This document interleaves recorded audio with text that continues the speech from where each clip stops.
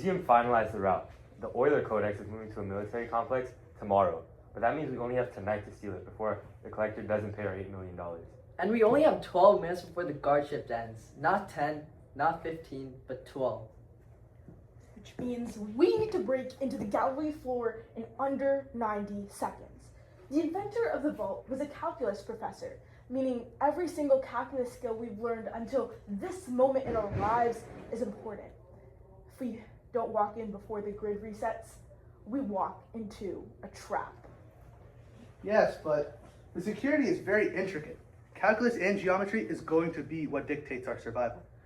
Look at this. You brought a textbook. Wait, but you guys have to understand that the backup grid is entirely analog, which means we're gonna have to face it face on. Are you guys ready to do that? Guys, it's time. Let's get this party started. Yeah. So now that we have the logistics all figured out, we need to ensure that we have someone here working to make sure that all of the details go accordingly. I'll stay here while you guys go into the mission room. Okay, sounds good. That's good. Let's go. Alrighty, the first security procedure you guys are going to encounter is a hardwired laser perimeter. This isn't a standard commercial install. The lead engineer, on orders of the infamous math professor, embedded a highly unique quirk into the security layer's programming. Instead of a fixed, predictable grid, the lasers mimic functions in real time.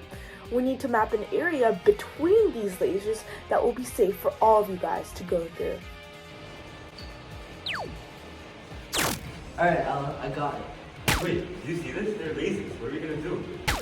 According to my calculations, these lasers take up the curves 4 minus x squared and x minus 2. In order to activate our laser blocking device, we need to find the area in between these curves. Thank you for the information. Let's get to work. If the lasers mimic the functions y equals 4 minus x squared and y equals x minus 2, and to account for the vertical height of Jace, Marcus, and Reed, y equals x plus 2, then we can see that the room layout really follows a graph. We have y equals x plus 2, y equals 4 minus x squared. In order for Jace, Marcus, and Reed to successfully get through the lasers, they need to go through this area over here. How do I find it? Well, we know that we can find when the intersections of these two functions by setting them equal together. That's just calculus 101. And if we factor, we know that x squared plus x minus 2 equals 0, and x plus 2, x minus 1 is equal to 0. This means that x equals negative 2 and x equals 1 are the both points where both of the graphs or both of the lasers are intersecting. So this is negative 2 and this is 1. Now that we found this, we can find the area by integrating within these bounds. We know that the top function is y equals 4 minus x squared.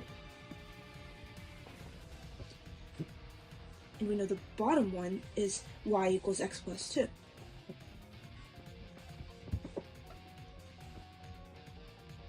Now to find this is the area. So now we just have to integrate it.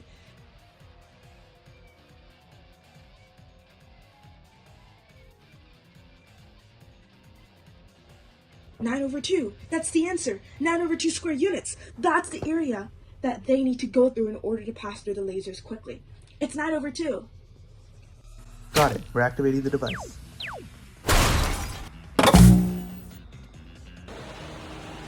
so what even is the Euler Codex? The Euler Codex is a collection of Euler's thoughts before he died. People say that what he written could change the world for better. Or world domination. Wait, Euler's Codex has to be under there, right? Yeah, but it's very heavily guarded. Thankfully, we have an ice dagger that's shaped like a cone in order to break into it. Wait, but once the ice dagger melts, we need to know exactly how much time we have to actually get inside the block. Well, the size of the ice dagger makes it so that its radius is exactly half of its height. And according to your calculations, it looks like the height's around 4 centimeters and it's decreasing at a rate of 2 centimeter cubed per minute. Oh, and it's also a code, right? I think we should have Ella come in and calculate the time we need to break into this box. Ella, can you come in, please? Okay, so first steps first. We know that volume is equal to 1/3 pi r squared h. And hey, we know what r is. R is equal to h over 2. And then the entire thing squared times h, which simplifies to pi h cubed over 12.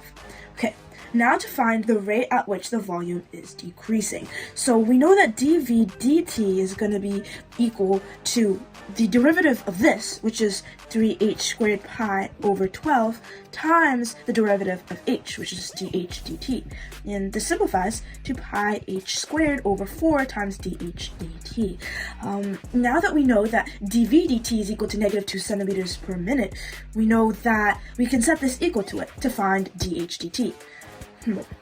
Let me plug in 4 for the height, because we know that it started off as 4 times dh dt. And that means dh dt is equal to, if my math is right, negative 1 over 2 pi centimeters per minute. So now we know that this is the rate at which the height is decreasing. To find the total melting time, we first need to find the total volume. And we know the volume at the start is going to be pi times 4 cubed over 12, which is 16 pi over 3. To find the time that it'll take to melt, all we have to do next is take the current volume over the rate at which it's decreasing. So we're going to do 16 pi over 3 all over 2. And this gives us 8 pi over 3, or approximately 8.38 minutes. Guys, you're only going to have this much time left to complete the mission. Hurry it up. Let's go. Thanks, Ella. Wait, we have 8.4 minutes to break this block open. Alright, I better go quickly then.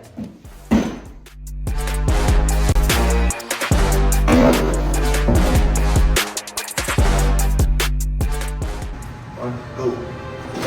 We got it. All the math secrets we need earlier. Let's go. Let's go. Let's go. Let's get out of here. Look, that's the elevator we're gonna use to escape. Alright, let's go. Wait, why is it not working? Bro, what happened? Wait, No, let me it's check. wrong. The elevator doors are completely unresponsive because the backup generator is trying to boot up, but the system is stuck in an infinite calculation loop. Check on the wall. Input a number where the series diverges, the system will permanently lock down. You need to find the exact safe range of values of x where the system stabilizes. This one is on you guys. Okay, so in order to find the interval of convergence, I'll use the ratio test. I'll look at the absolute value of the ratio between consecutive terms. So I get the limit as n approaches infinity of the absolute value of negative 1 to the n plus 1 times x minus 2 to the n plus 1 over n plus 1 times the reciprocal of the actual term, which is n over negative 1 to the n times x minus 2 to the n. And if we simplify this, we can cancel out the x minus 2 terms to just get the limit as n approaches infinity of x minus 2 in absolute value bars times this just becomes negative 1, so I can put in negative 1, but that'll cancel with the absolute value bars, and then this times n over n plus 1, and when n approaches infinity, the n over n plus 1 becomes 1, so we just get x minus 2, so the absolute value of x minus 2 is less than 1, right? And then we can simplify this to find the interval of convergence to get negative 1 is less than x minus 2 is less than 1, and then we get 1 is less than x is less than 3, which is the interval of convergence, but then we have to test our endpoints. At x equals 1, we can sub it into the original series from n equals 1 to infinity of negative 1 to the n times 1 minus 2, because we subbed in 1 for x, to the n over n, and this simplifies to n equals 1 to infinity of negative 1 to the n times negative 1 to the n over n, which is just n equals 1 to infinity of 1 over n, which is just a harmonic series which diverges. So we can say x equals 1 is not included. So at x equals 3, we can just sub into original series of n equals 1 to infinity of negative 1 to the n times, we can sub in 3 for x, so 3 minus 2 to the power of n over n. And if we simplify this, it becomes the series of n equals 1 to infinity of negative 1 to the n times 1 to the n, which will just become 1 over n. And this is just n equals 1 to infinity of negative 1 to the n over n. And this is an alternating series, right? So the harmonic series diverges or goes to 0 So the alternating series will converge. So we can say that 3 is included. So the final interval of convergence would be 1, which is included, the 3, which is included. Oh wait, I think I got it. The interval of convergence is from 1 to 3, with 3 inclusive.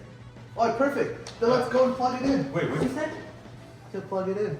No. Sub it in, bro. Sub it in. Oh, you're right, you're Come right. on, bro.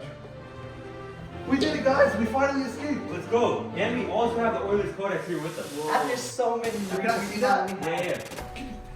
Yes! The Euler's Codex is finally mine. The $8 million is all for me. Why are you doing this? Yeah. Because I want the money for myself. Wait, what? But think about all the joys of math which are like held in this notebook for everyone to share. Think about all the possibilities we could do with the codex. Because math is the key to the world. Do you really want to take this away from the world? You guys might be right. I don't think I can carry this. I don't think I can carry this through. I think we should use this to improve the world together. I agree. I also agree. Let's do this. Yes.